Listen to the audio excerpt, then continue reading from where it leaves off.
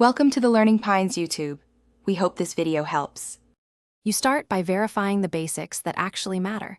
Check the cable, Wi-Fi connection, and link lights so you know the NIC sees a network. Then inspect your IP configuration with ipconfig or network settings to find missing gateway or wrong DNS. Once you have that data, reboot the modem, router, and PC in that order, pausing 30 seconds each. This clears many transient faults.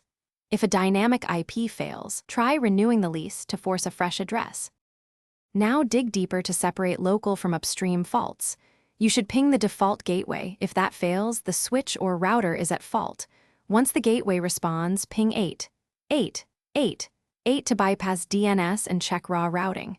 Use Tracert to see where packets stop, and ENSLOOKUP to verify DNS resolution paths. If DNS is the culprit, switch to a public resolver like 1.1.1.1. Also briefly disable firewall or antivirus. Finish by restoring normal operation.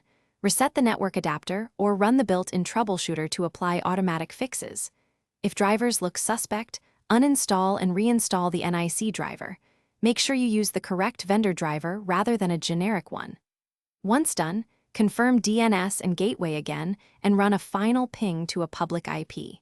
If the problem persists, boot into safe mode with networking to isolate software causes. And as a last resort, test another device or use phone tethering. Troubleshoot tip: swap cables and ports first.